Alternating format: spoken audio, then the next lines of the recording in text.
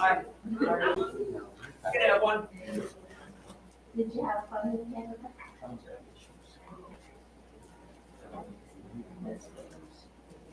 What? I hadn't seen him after 30 years old. Oh, it's been that long. Do you know the Canadian national anthem? You didn't get it on this last trip.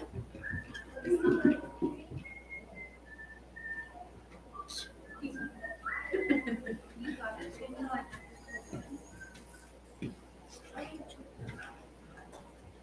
The trip that was fun. Give you shivers? Yeah, Chew you up. Oh, yeah.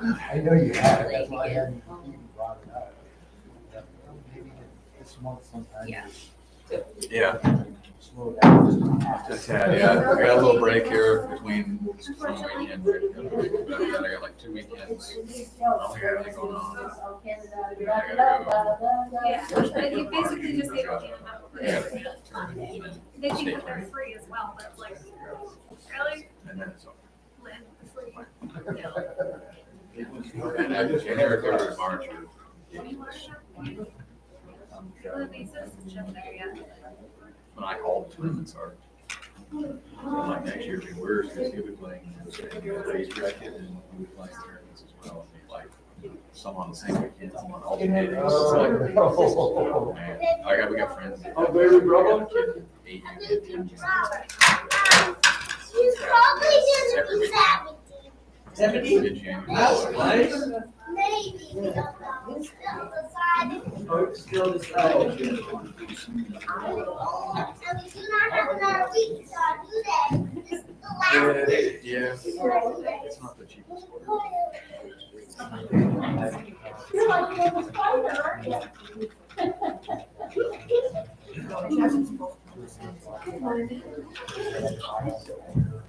Yeah, well, the one nice thing is the school will pay for a bunch of fee for the school sports out. Yeah, it is. Oh, that's true, that's true. And then if any more would be able to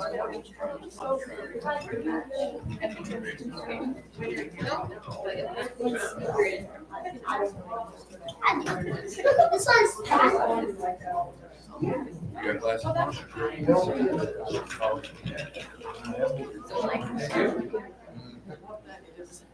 Sorry, I'll figure it out. I'll be there.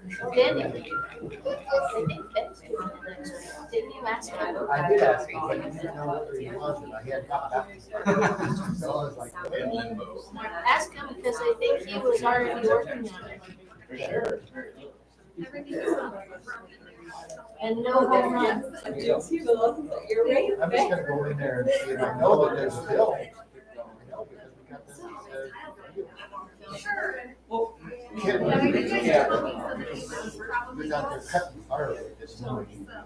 And he's, because of that load of firewood, he can't get his truck on it. Those cars get by it or plow it. Have you been down And I get one. town?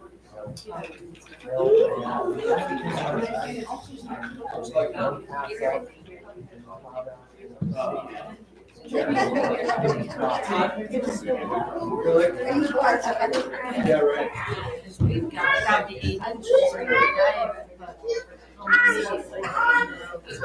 And then the other road, motorway, guy couldn't even get out. So no one's stopped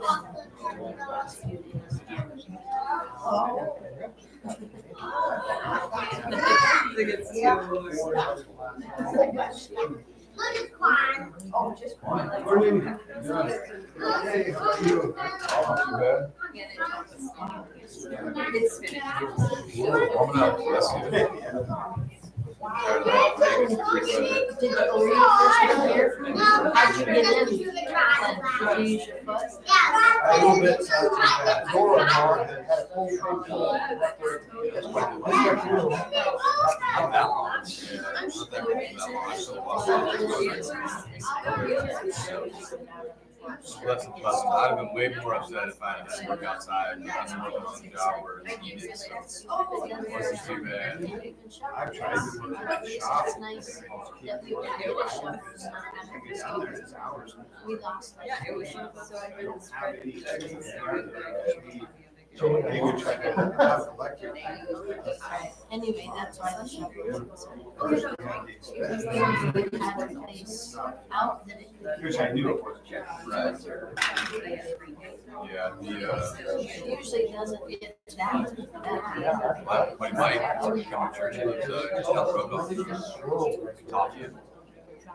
I wasn't saying yesterday, but I had to. On Friday when he came in, his house was being rebuilt. 25 below with calm and it felt so much better than yesterday at 5 below.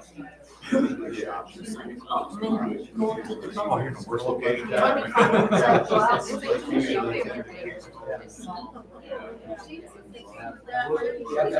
Yeah, that's possible. You should build your house out there. Yeah. Yeah. Yes, inside this. Amazing how to be 75 degrees. Does anyone still live there? At the coffee shop? It's a long 3 weeks though, where you see pictures of them lazy on the beach.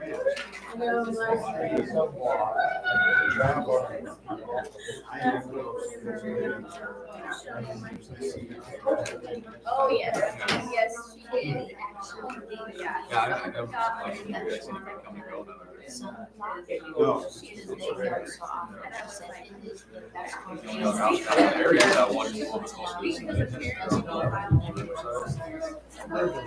Yeah. And talking to the beach. So, yeah. I don't know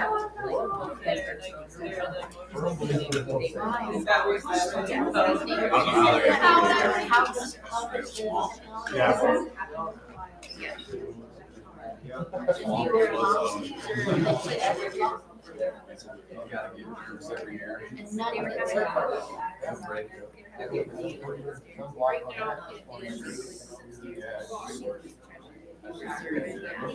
Anyway, so.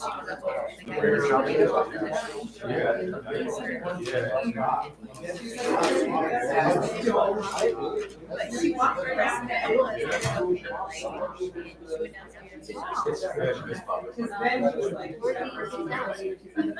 online.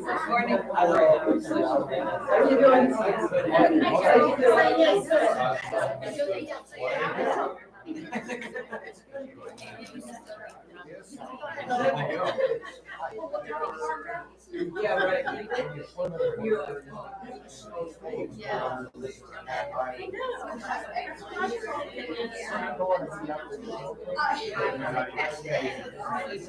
Yes.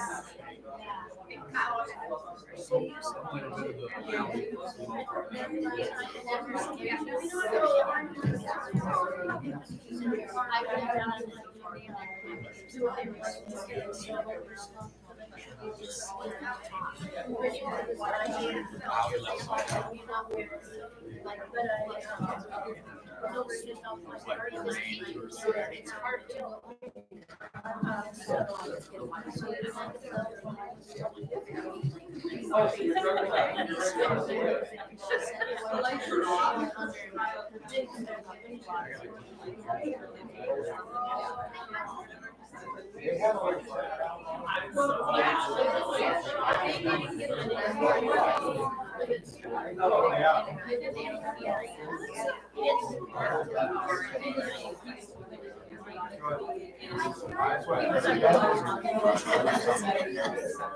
But yeah. Yes, I know.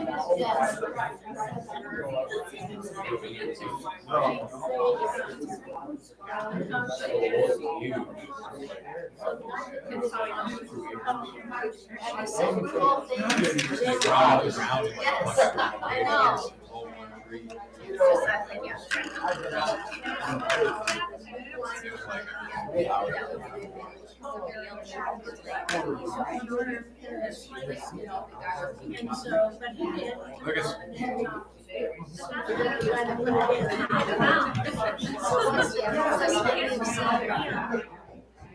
Yes, they received by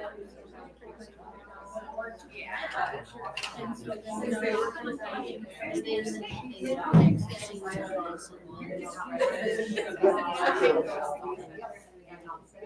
so yeah. Glad it wasn't Google. Because that morning was only 7. It wasn't the 20 below like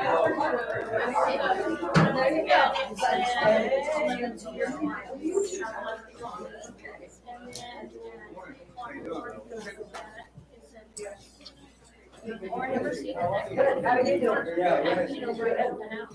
Perfect. So, yeah. How are you? Luckily, I didn't see it. Well, I'll share with you. Good morning, how are you? Hi. Are you feeling better this week? Yes. I ended up not being too bad. I remember that. Oh, how cute. Oh, isn't that cute? Oh, well, I am now. Thank you.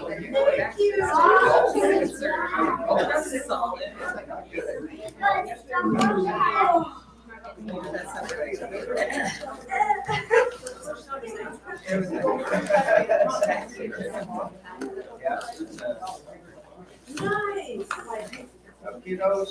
I know, yes. You walking? You walking, Mom?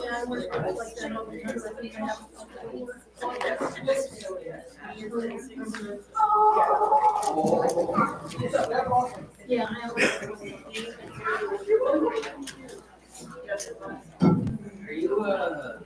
You are? One of them actually, somebody they did in the parking lot to try. Are you,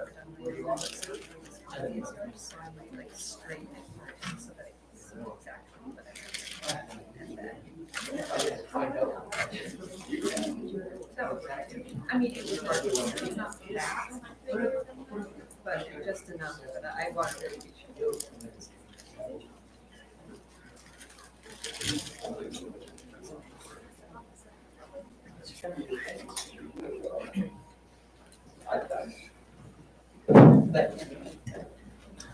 I don't waste words. I got two people. All right, good morning. I know we all had a little bit of challenges getting here, so I figured I'd give us a little more, and I don't have a lot. There's a lot in here. I may not do it justice.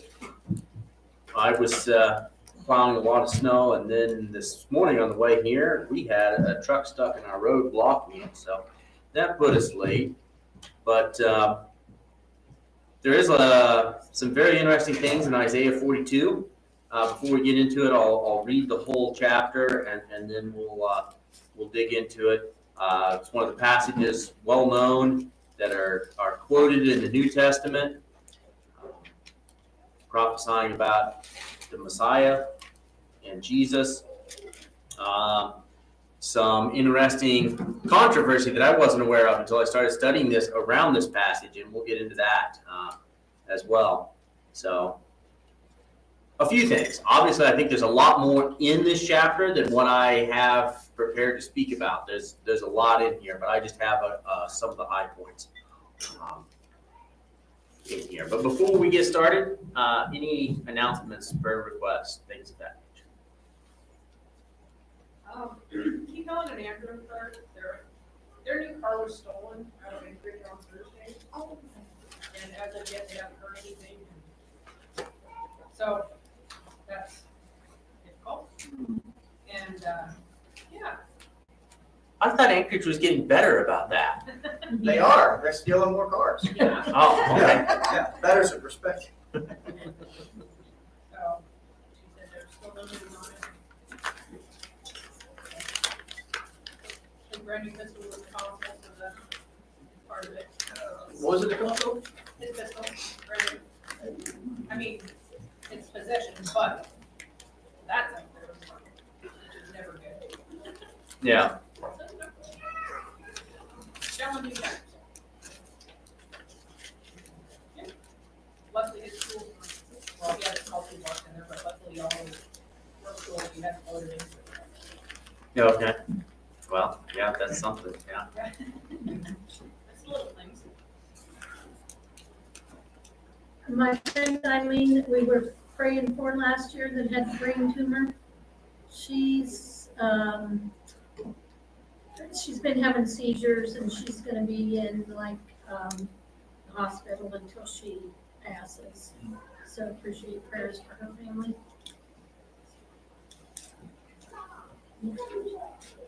And Nicole's going to, Seattle next week for, well, to be in the hospital for a little bit so they can try to figure out where her seizures are coming from.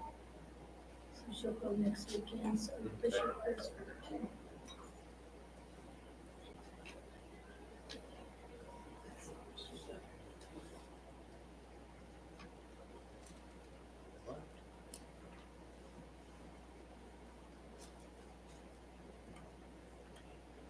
Well, let's pray.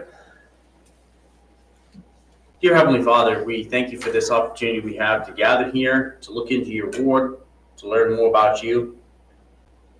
We ask that you be with everybody traveling in this recent snowfall and these cold temperatures, particularly with the wind chill. Keep everybody safe that has to be out in that weather. Be with those that were mentioned. Be with Helen and Andrew in the theft of their car. Help them to find it and to get answers. Be with those in the world, and we oftentimes talk about the evil in the world. Be with those that are driven to do such things. The problems that are faced there. But help us to understand that we can always expect evil in the fallen world, and help us to look towards you, towards the things you have promised us, and to not become discouraged. Be with those that we know that are dealing with health problems. Be with Eileen and her family as she moves into the hospital due to her brain tumor and the difficulties there. Be with her family at this time. Be with Nicole as she travels to Seattle for test, and help them to try and find answers and be able to come up with a good treatment plan. Be with the professionals that are dealing with that. Give them wisdom and guidance. Be with everybody during that time. Be with our congregation here. Help it to seek after you, to pursue you and your word. Help us to be a shining beacon of truth in a world that's full of lies. Thank you for giving us your truth in your word. Be with us now as we study it. Help us to find useful things and to learn from it. These prayers and thanks we give in Jesus' name. Amen.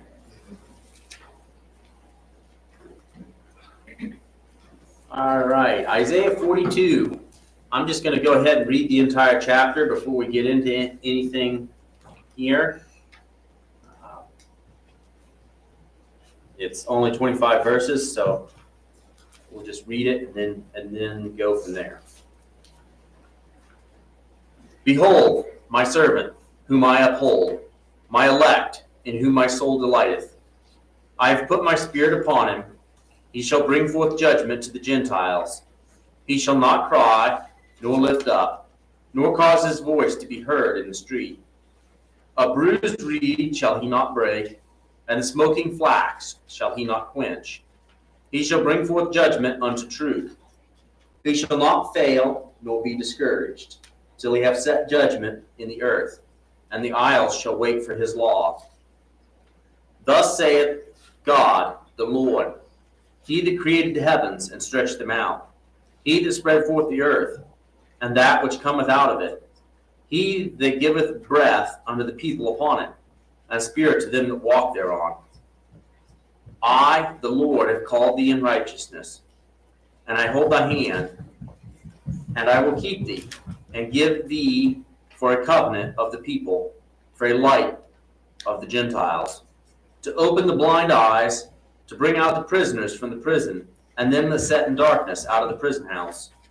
I am the Lord, that is my name, and my glory will I not give to another, neither my praise to graven images.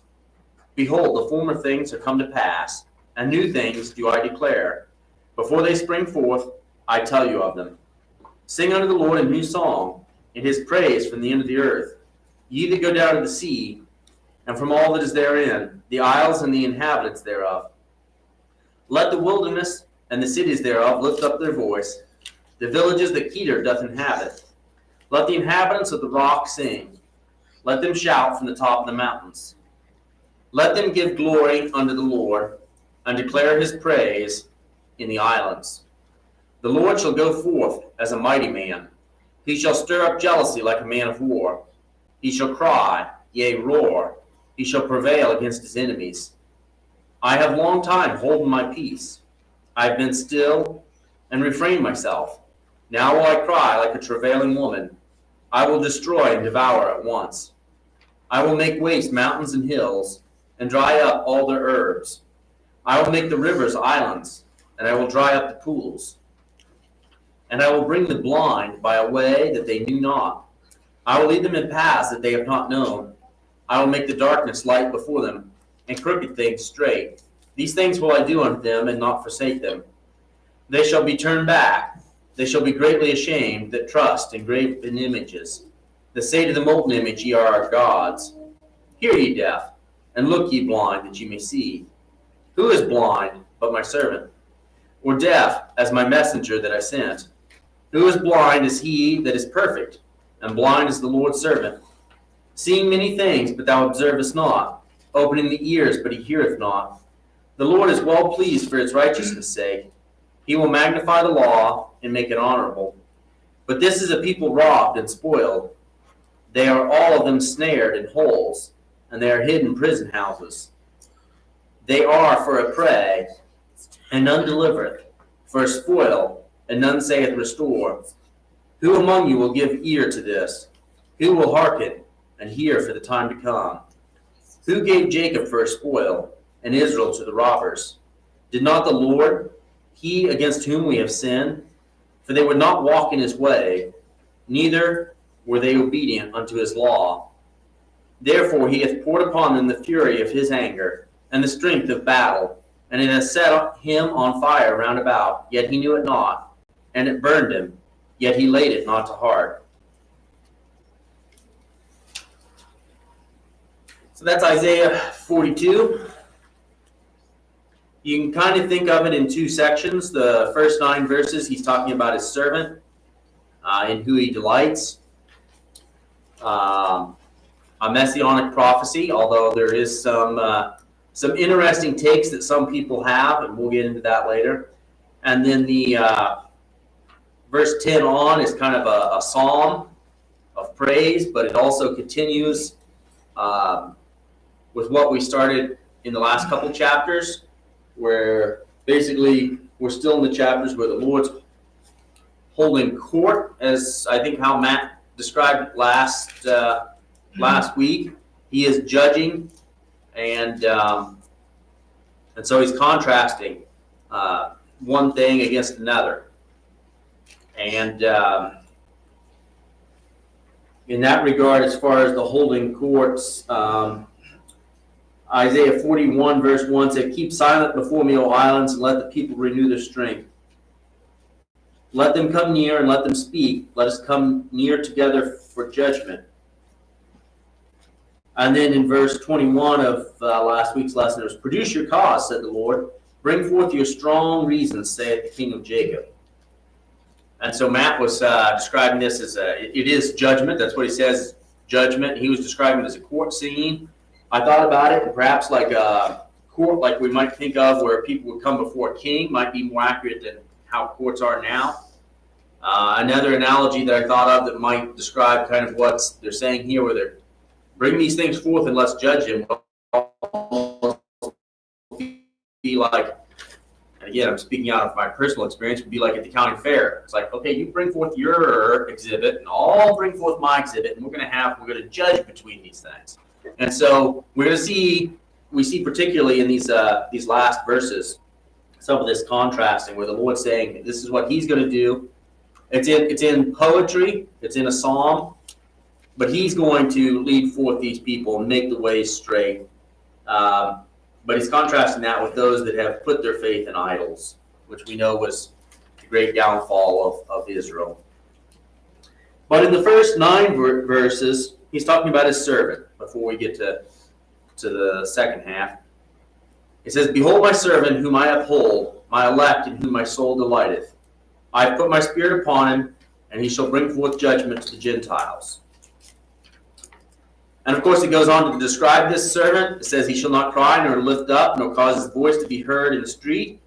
A bruised reed he shall not break, and the smoking flax shall he not quench. He shall bring forth judgment unto truth." And we're all pretty familiar with that because it's quoted in Matthew's gospel. Matthew 12:18. And of course, having the advantage of being after Christ and seeing this, we can, I mean, it's not even a question in my mind that this is who they're speaking about Christ here, because the Gospels tell us that's what this prophecy was about. It's in Matthew 12, I think verse 18. Maybe I'll back up a little bit.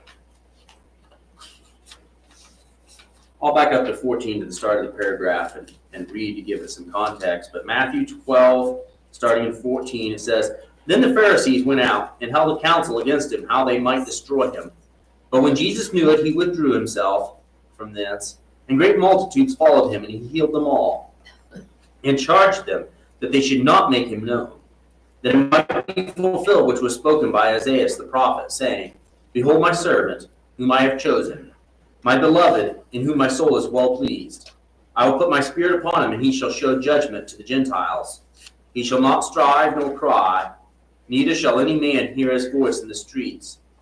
A bruised reed shall he not break, and smoking flax shall he not quench, till he send forth judgment unto victory. And in his name shall the Gentiles trust." So we see this section quoted there, that Jesus was a fulfillment of this prophecy. Some things my wife and I had discussed in looking at both of those passages in Isaiah and in Matthew is, when it says a bruised reed he shall not break, and the smoking flax he shall not quench, is that saying these things should be done, and he won't do them until he brings forth judgment unto truth? That doesn't seem to be the opinion of most commentators that I read on that. Bruised reed he shall not break, so that's a damaged reed. Think of like a cattail or something growing up out of the swampy spot. It's just kind of spindly and it's been damaged. He won't break that off. Apparently that was a saying. A bruised reed he won't break. And that refers to how gentle a person is. So this is referring to Christ being gentle. And the smoking flax he shall not quench. Flax, this is obviously referring to a wick, which they made wicks out of flax as well. So he's not going to put out that smoldering wick. He's not going to break off that reed until he brings forth his judgment unto truth. And that goes with the verse before that, where he will not cry, nor lift up, nor cause his voice to be heard in the street.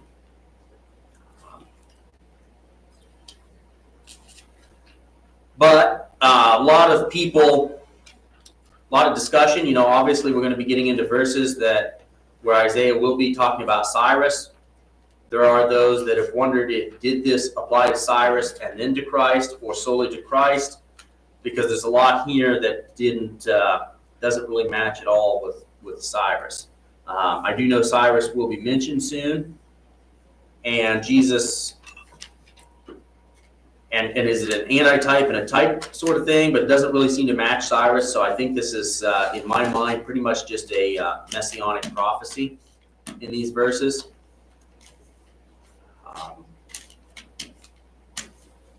Although, when we get into the second half of this chapter, when it talks about them bringing him home, I do think making the way straight and showing the blind probably did have dual meaning. You know, it was talking about when the Israelites would return from captivity to Jerusalem, but it also refers to things that will happen well after that, when Christ came and brought all the Gentiles, those that had been lost, those that had been blind, and made the way straight. And I thought of the passageway that says, you know, narrow is the way, and straight is the way, and narrow is the gate, and few are those that find it. But the way is made straight through Christ. The other controversy that I mentioned that I was unaware of with this is that the Muslims actually reference this and claim that this is a prophecy about Muhammad. And that comes from later on in verse 11. In verse 11 it says, "Let the wilderness and the cities thereof lift up their voice, and the villages that Kedar doth inhabit. Let the inhabitants of the rock sing, let them shout from the top of the mountains." Kedar, or I've seen it spelled with a Q instead of a K as well, was the second son of Ishmael, and you can read about him in Genesis 25:13. And he dwelled near Petra or Selah. And if you read this verse 11, in a lot of translations, the King James says, "Let the inhabitants of the rock sing." A lot of translations will say Selah or Petra. Selah being Hebrew and Petra Greek, I believe. Yes, Petra is Greek and Selah is Hebrew. And there is, Selah is a mountain that is holy to the Muslims. And so they claim that because this is mentioning Kedar, which would be Ishmael's descendants, and Selah, the mountain, that this whole chapter, according to them, and this servant prophesied, was about Muhammad. And that's what they base that on. I'd never heard that before, but then again, I don't really interact with many Muslims. So, but it's, I mean, that's pretty thin evidence to make any assumption on, because here we're just talking about, in these verses, if we back up to verse 10, it says, "Sing unto the Lord a new song, and his praise from the end of the earth. Ye that go down to the sea, and all that is therein, the isles and the inhabitants thereof. Let the wilderness and the cities thereof lift up their voice, and the villages that Kedar doth inhabit. Let the inhabitants of the rock sing, let them shout from the top of the mountain." So for one thing, these people are those describing that are going to be rejoicing. So it's not really describing the servant anymore. We've kind of changed on to those that are going to rejoice with the new song that's going to happen. And so just the very context tends to make that argument weak. Also, there's a reason that King James has it translated as the inhabitants of the rock. Petra or Selah means rock. And even reading through translators' notes on those that chose to translate it Selah or Petra, that is the word that is there in the Hebrew and Greek manuscripts. If you go to the Hebrew, or if you go to the Septuagint in the Greek. But all the scholars say, we're not sure that this is a proper noun. It's really not describing a particular place, like the city of Selah or the mountain of Selah. It's really not a proper noun, it's just a noun, the rock. I mean, that's what that word means. And so that's why the King James translators chose to translate this as the rock. It's not a particular place but that is a translational choice. It's like, is this a proper noun or an improper noun? But also, Sela was the capital of Idumea. So at one point it was a town, but that town is not in the same place as the mountain that the Muslims now consider holy. And so it's like, well, even if it's referring to a particular place, it may not be the place that you think it is. And it really seems that the way it's used here, it's really just saying the rock. The word Sela means the rock. So multiple things that I found that I could think of that would kind of poke holes in the Muslims' argument about this. So I don't know. Was anybody else familiar with the fact that this was one of the verses that the Muslims use? No, it's just, I'm having a hard time keeping a straight face, because if they're trying to argue that the beginning of 42 describes Muhammad, they're not familiar with the prophet or his writings. Right. I mean, it's Because just they like, might get verse 1 out of it with a skewed misunderstanding of what the spirit of the Lord looks like on somebody, or bringing forth justice, because a Muslim justice looks very different than Christ's. mm-hmm. But I doubt anybody would describe Muhammad as having a quiet, gentle spirit or voice or breathing. You don't think that he wouldn't go through and break a few reeds or anything? Fine. That doesn't really seem to fit. But trying to think of it from their perspective, I was trying to think like how I would answer this argument if I was discussing it with a Muslim, which is why I was like, okay, well, let's focus on down here in verse 11, where you're thinking the reason this applies is because the Kedar and Sela are mentioned, and it's like, yeah, they're mentioned, but not really in that way. So I found that interesting. But yeah, usually all the discussion about the servant, since it's mentioned in Matthew, from any Christian sources, there's really no debate as to whether it refers to Christ or not. It's clear it does. There is debate as to whether it refers to both Christ and to Cyrus, and a lot of back and forth between people on that. I kind of fall in the camp where it doesn't really describe Cyrus, so I really think of it as solely describing Christ. But then, again, the only other argument that I really run across beside that is the Muslim one. So.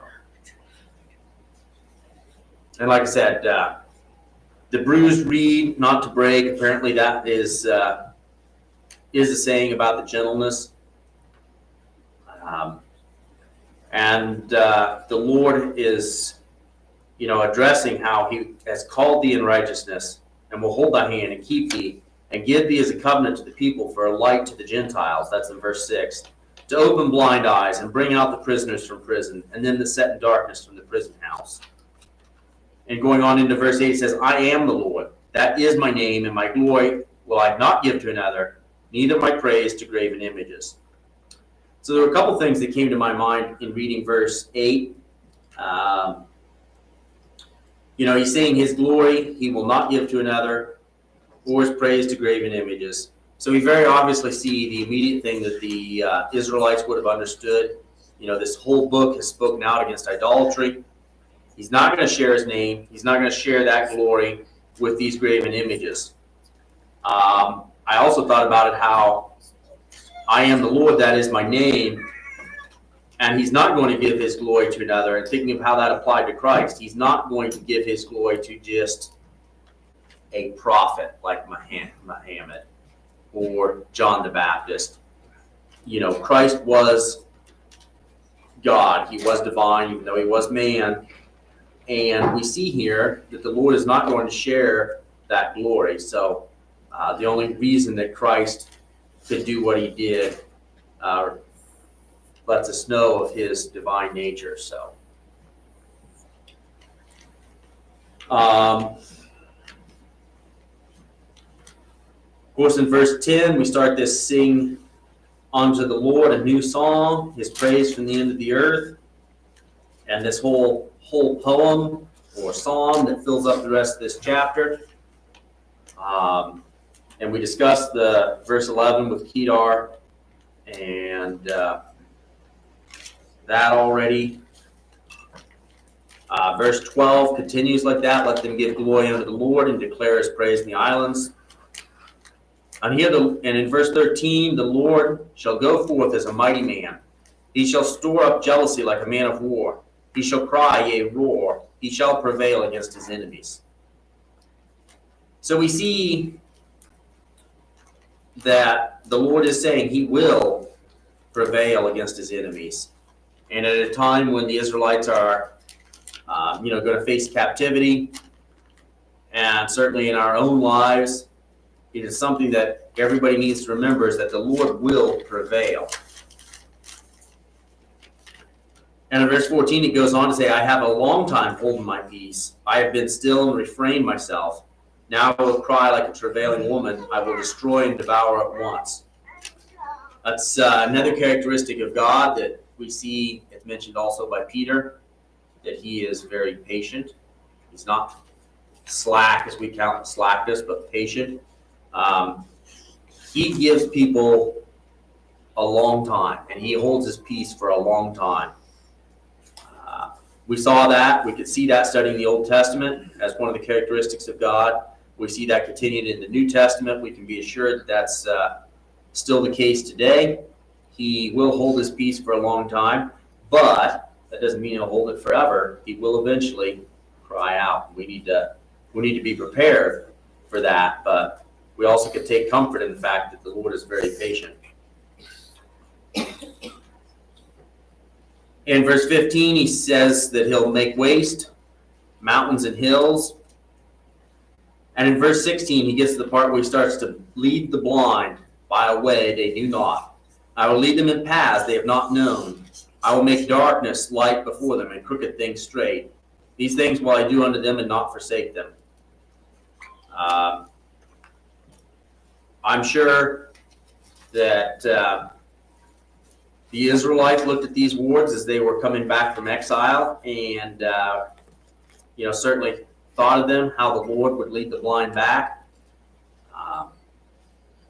I think the Gentiles can all look at that and think of the gospel and how we led the blind back by a way that they knew not. And so there's a lot of layers to the meaning there, I feel like. But in verse 17, he speaks again to this reoccurring theme of idolatry.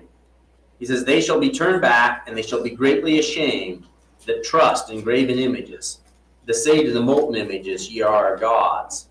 Hear ye deaf, and look ye blind, that ye may see.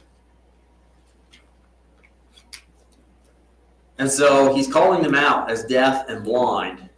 But I haven't quite figured out in my own mind verse 19. It says, who is blind but my servant, or deaf as my messenger that I sent? Who is blind is he that is perfect, and blind is the Lord's servant. I read a lot of commentary on that. There's a lot of different opinions, because obviously that's a little bit hard to figure out. He's mentioning his servant.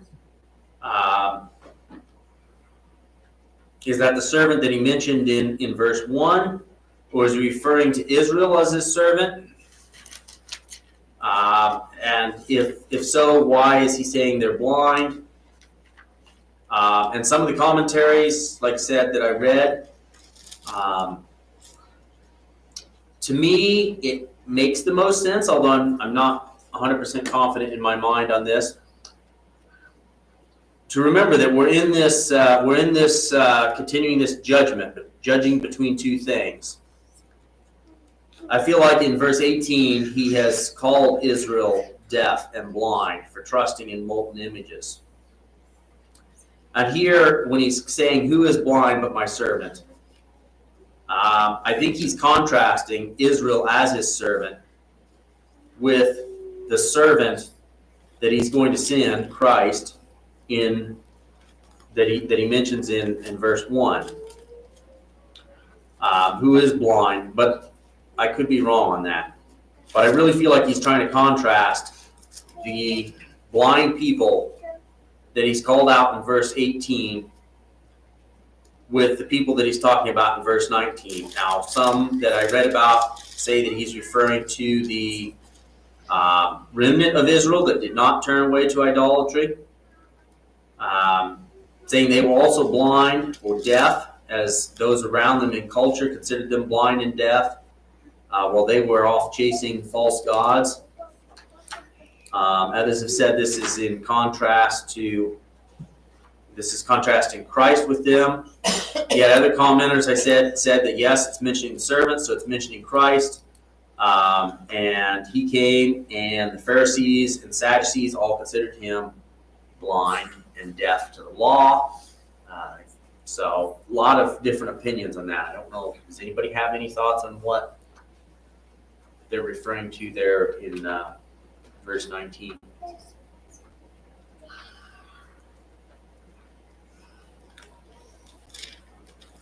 I'm seeing the whole chapter kind of as a comparison, contrast against God's chosen servant, and in this case, maybe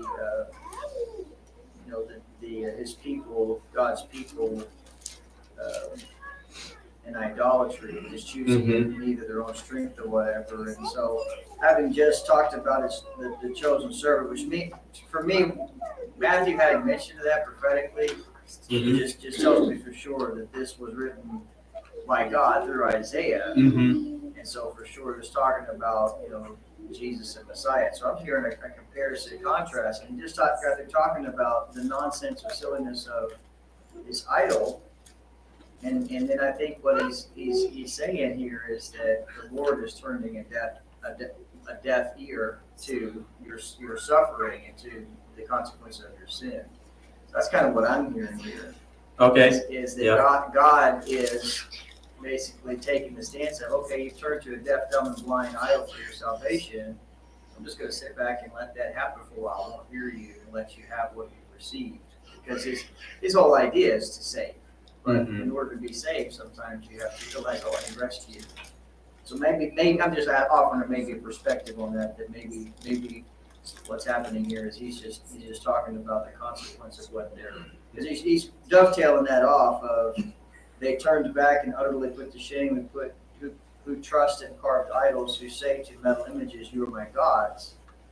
And so now he's trying to, these verses, these breaks, these titles, we put those in there. Isaiah did it. Right. So it's a continuing thought that he's playing off of. Yeah, I'm almost certain the same as that. I'm not sure I understand everything he's trying to say here, but I'm quite confident that that's what he's doing is he's contrasting, because he just had talked in the previous verses, comparing those that trust in those molten images with being deaf and blind. And so he's really contrasting them with his servant. And in verse 20, he goes on to say, seeing many things, but thou observest not, opening ears, but he heareth not. The Lord is well pleased for his righteousness' sake. He will magnify the law and make it honorable. It definitely seems that he is contrasting. I'm not sure. I'm not very good at poetry, so I did ask my wife about this. And yes, I'm pretty confident he's making a contrast. I'm not sure I understand all the details of what all he's contrasting between Israel and Christ. But I did run across several scholars that said, well, he's referencing Christ came out of Israel. So Christ was from these people that had, repeatedly failed in idolatry. He had every reason that should have been blind and deaf as they were, but there's a contrast there, a distinct difference. And so he's playing off of their failures versus his success. And that does seem to be carried out in 21, which says the Lord was well pleased for his righteousness' sake, and he will magnify the law and make it honorable. But then he switches again in verse 22 and starts contrasting that, verses 19 through 21. In 22, he switches back to the people, the other side of the courtroom, if you will. But this is a people robbed and spoiled, They are all of them snared in holes, and they are hid in prison houses. For they are a prey, and none delivereth, for a spoil, and none saith restore. Who among you will give ear to this? Who will hearken for the time to come? And then in verse 24, he switches again and starts talking about himself. He says, who gave Jacob for a spoil, and Israel to the robbers? Did not the Lord, he against whom we have sinned? For they would not walk in his way, neither were they obedient unto his law. Therefore he hath poured upon him the fury of his anger, and the strength of his battle, and hath set him on fire round about. Yet he knew it not, and it burned him, yet he laid it not to heart. So here we see it switch again. So, the Israelites in captivity, we can see, it's like, who gave you up to captivity? Well, it wasn't those people that led you off into captivity. I gave you into captivity because you had fallen. And also looking at this as with many things in prophecy, there's multiple layers. We could also look at this and say, is Jacob there a type for Christ? Who gave him for a spoil? The Lord gave him as the sacrifice for all of our sins. It wasn't something that we thought of. We're like, oh, hey, God, how about you send your son to die on the cross for me? It's like, the angels and the devils didn't even understand what was going on when that happened. It was something God had planned from the beginning of the world, but it was hidden. And I'm not sure if he's talking about that here. I really think he's, primarily talking about Jacob and telling them, like, I'm the one that let you go into captivity because of your sins.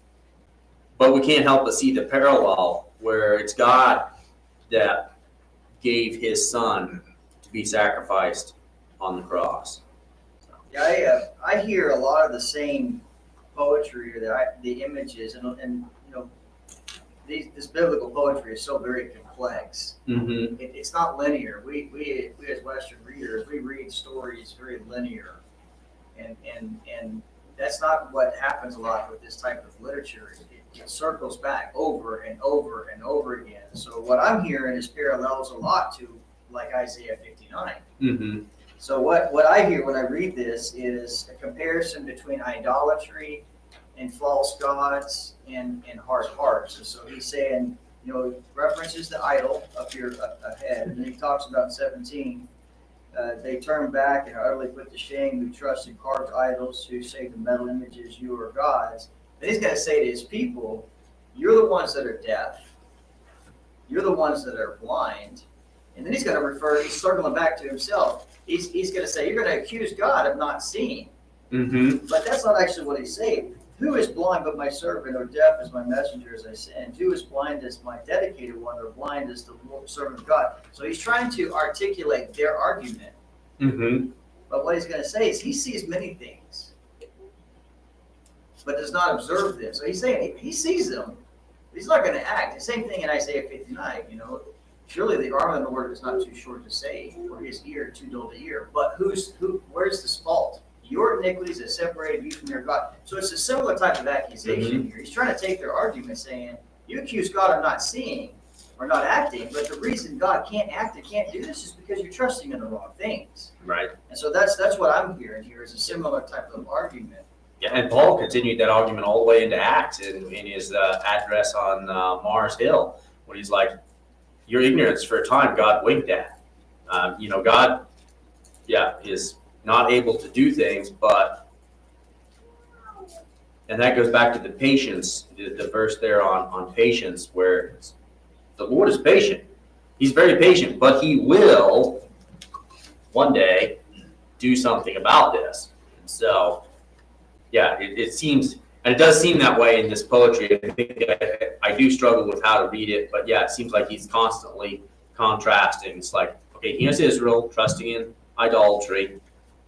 Here's me being patient. You're blind because you trust in blind idols. I've been blind to that, but I can't just be blind to that forever. And also, then when they're carried off He's like, well, who do you think carried you off? You think the Babylonians were these big, powerful guys? It's like, no, That's right. That's what 24 is talking about. I let you be carried on. Yeah. And so he's there's a lot of back and forth there in that song, that new song. But Well, he's putting out their silly thinking. You know, on the one hand, you trust in idols. On the other hand, you're blaming God for turning you over to captivity. You know, which is it? Is it the idol's fault or God's fault? And he's just showing how deaf, dumb, and blind they are for not trusting in the right things. Well, and you know, the other thing to keep in mind, I definitely agree with you on that. But the other thing to keep in mind with this is, he goes into this singing the new song, and I know, like you said, we split up the verses and the chapters, so does it end here? But, he's talking about this new song immediately after describing his servant. So I have to feel like, since we know that servant from Matthew is Jesus, and then he's describing this new song, that these circumstances are still going on. And, he's contrasting this after Christ came, of people still, wanting to, are we choosing to be blind? And are we saying, well, why is God blind? Why does he just not, take care of this for me? And so, yes, Israel would have, or maybe would have looked at this and understood it, but we should also look at it and go, this is a song about the new servant. This is going to apply to us as well. So at least that's my thoughts on what I can get out of it, studying it. Anything else? All right, well, let's pause and get ready for worship.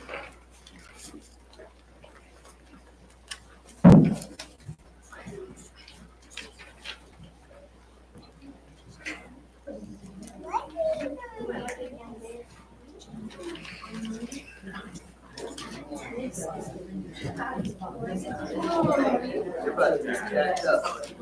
Chill out.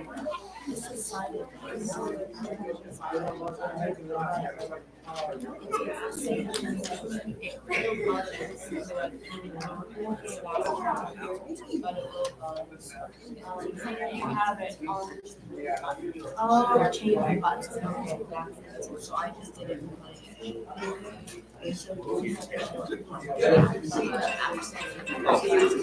I wrote it down. Hi, how are you? So I did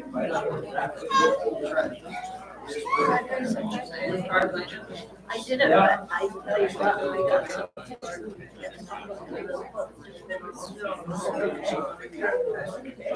How are you doing?